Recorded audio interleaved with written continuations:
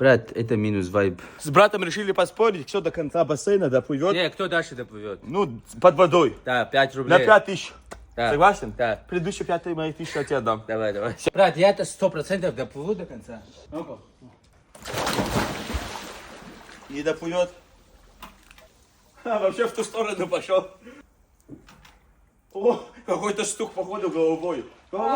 Головой. Я этот стук услышал. Моя очередь. Короче, я сейчас засмеялся, остановился. Там стук был, оказывается, он головой ударился. Я думал, где-то там в соседнем доме кувалдой что-то ударили.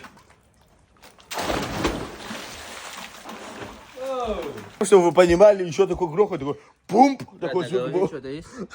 Такой звук был. Я думал, что-то в соседнем доме там что-то Да, рвануло. метров 200 хотел проплыть, а там уже стена, Походу брат. у тебя шишка, да. Да. Прям такой звук, такой бумп. Подожди. Что-то О, все красно. О, все. Скорую вызывай. почина меня. Не, голова-то ладно, у меня просто позвонки хрустнули настолько я Я-то сильно... думал, там собака умерла в соседнем доме. Брат, это минус вайб. Посмотри на мой